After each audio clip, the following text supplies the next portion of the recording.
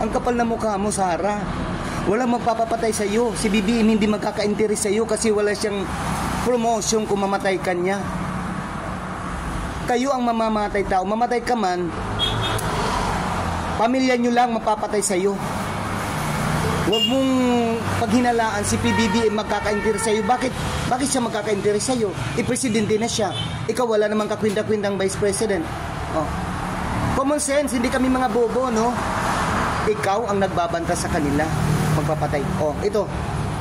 Lahat ng mga didishit. Karapatan ko mag-comment. Sabi si Presidente yung Sara na walang kakwinta-kwenta. Dinalas na yung pera namin. O nagbabayad ako ng buwes. O, yung negosyo dito, binubuwis. Dapat naisip mo, ang mamamatay tao ay kayo.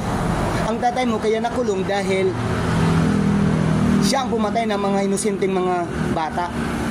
Kaya dapat lang siya makulong at butod balat ang matira sa kanya dahil ang pinapatay niya ay buto na lang at lupa na. Yun. Tsaka ikaw, pinagbibintangan mo si BBM, ikaw ang nagpapapatay sa mag-asawa at saka sa pinsan. Diba? Ikaw? Ito ang mga resibo, panoorin mo. Yung mga senador ngayon para mabakante. Pagka bumunot, patayin mo. Pag hindi bumunot, patayin mo rin. Mamatay ka na.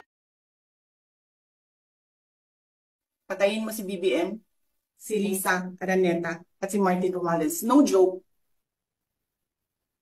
No joke.